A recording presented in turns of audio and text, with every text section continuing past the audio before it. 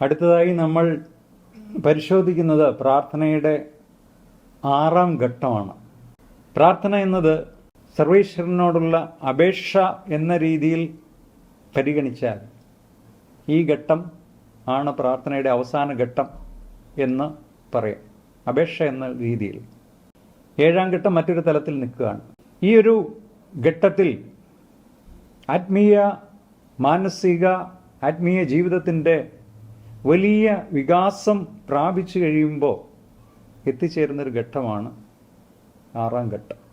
ഇതാണ് യഥാർത്ഥത്തിൽ കർത്താവ് ഗോകുൽത്ത മലയിൽ കുരിശിൽ കിടന്നുകൊണ്ട് പ്രാർത്ഥിച്ച പ്രാർത്ഥനയാണിത്.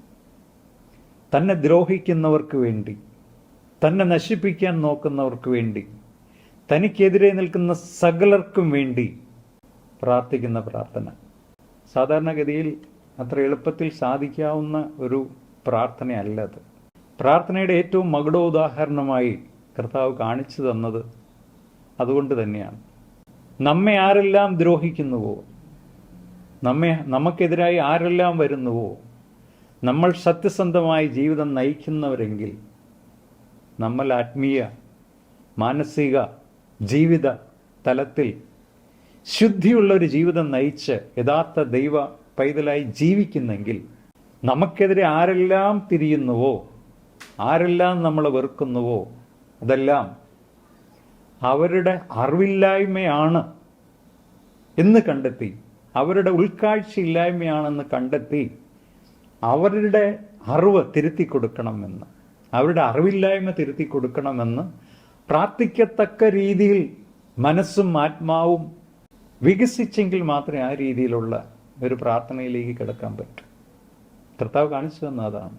താൻ സ്നേഹിച്ചവരും തന്നോടൊപ്പം നിന്നവരും എല്ലാവരും അവസാന സമയത്ത് തന്നെ തള്ളിപ്പറഞ്ഞു. കൂട്ടത്തിൽ ഏറ്റവും അടുത്ത് നിന്ന ശിഷ്യന്മാർ പോലും ഞാൻ അവനെ അറിയുന്നില്ല എന്ന് പറയുമ്പോഴും, എത്രയെല്ലാം ദ്രോഹിച്ചാലും ചാട്ടവാർ അടിയേറ്റ് എല്ലാവരും വിട്ടുപോയി, ഒറ്റപ്പെട്ടു, പരിഹസിക്കപ്പെട്ടു, എങ്കിലും അത്രയെല്ലാം പീഡകളേറ്റെങ്കിലും അവരോടൊന്നും ഒരു വെറുപ്പിൻ്റെയോ വിദ്വേഷത്തിൻ്റെയോ ഭാഷ പ്രയോഗിക്കാതെ, ദൈവമേ, ഇതെല്ലാം അവരുടെ അറിവില്ലായ്മയിൽ നിന്ന്. യഥാർത്ഥത്തിൽ അറിവുള്ളവരാണെങ്കിൽ അവരത് ചെയ്യില്ല. കാരണം യഥാർത്ഥ ദൈവപുത്രനെ അവർ തിരിച്ചറിഞ്ഞിട്ടില്ല. നമ്മുടെ ജീവിതത്തിലും നമ്മൾ സത്യസന്ധമായി ജീവിക്കുമ്പോൾ, നമ്മൾ നേരിൻ്റെ മാർഗത്തിൽ പോരുമ്പോൾ, ആരെല്ലാം ഉപദ്രവിച്ചാലും അവർക്ക് ദ്രോഹം വരുത്തരുതേ, അത് അവരുടെ അറിവില്ലായ്മയാണ് എന്ന തലത്തിലേക്ക് നമ്മുടെ മനസ്സും ആത്മാവും ഉയർന്നെങ്കിലേ സാധിക്കുള്ളൂ. നമ്മൾ കണ്ടല്ലോ ഏറ്റവും ആദ്യത്തെ പടി, നമ്മളെ ദ്രോഹിക്കുന്നവരെല്ലാവരും നശിപ്പിക്കാനുള്ള പ്രാർത്ഥന. ഇവിടെ നേരെ വിപരീതമാണ്. അവരെല്ലാം നശിപ്പിക്കാതെ ചേർത്ത് കൊള്ളണം എന്നുള്ള പ്രാർത്ഥനയാണ്.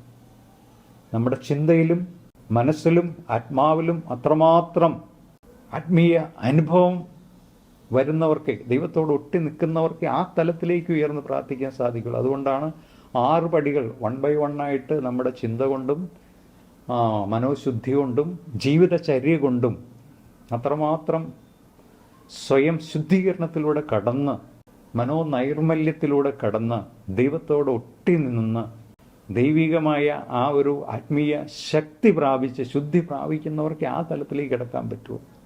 ആ തലത്തിലേക്ക് കിടക്കുക മീൻസ് ഇതൊരു പ്രാർത്ഥനയുടെ പരിപൂർണതയാണ്. ആ പരിപൂർണതയിൽ എത്തി നിൽക്കുമ്പോൾ നമ്മളിൽ സംഭവിക്കുന്നത് എന്താണെന്ന് നോക്കണം. അങ്ങനെ പ്രാർത്ഥിക്കാൻ സാധിക്കുന്ന, അവിടെ ശത്രുതയില്ല. ഈ ലോകത്തിൽ ആരും നമ്മുടെ ശത്രുക്കളല്ല. നമ്മളെ ദ്രോഹിക്കുന്നവർ പോലും നമ്മുടെ ശത്രുവല്ല. അവരെയും സ്നേഹിക്കാൻ, ഉൾക്കൊള്ളാനുള്ള മനസ്സ് വരുമ്പോൾ നമ്മളിൽ ഉണ്ടാകുന്ന ആത്മീയ പരിവർത്തനം, മാനസിക പരിവർത്തനം, അത് നമ്മളിൽ ഉണ്ടാക്കുന്ന ശാരീരിക പരിവർത്തനം എല്ലാവരിലേക്കും ഒരു അനുഗ്രഹം ചൊരിഞ്ഞു കൊടുക്കത്തക്ക രീതിയിലുള്ളൊരു ആത്മീയ പുരുഷനായിട്ട് മാറുന്ന ഘട്ടമാണ്.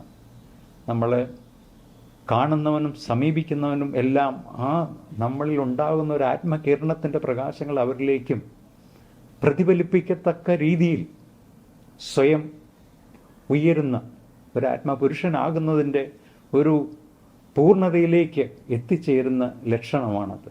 അതാണ് പ്രാർത്ഥനയുടെ പൂർണ്ണതയായ ദ്രോഹിക്കുന്നവർക്ക് വേണ്ടി കർത്താവേ, ഇവർ ചെയ്യുന്നത് എന്തെന്ന് ഇവരറിയുന്നില്ല, അവരോട് ക്ഷമിക്കണമേ എന്ന തലത്തിലേക്ക് ഉയരുവാൻ സാധിക്കുന്ന പ്രാർത്ഥന.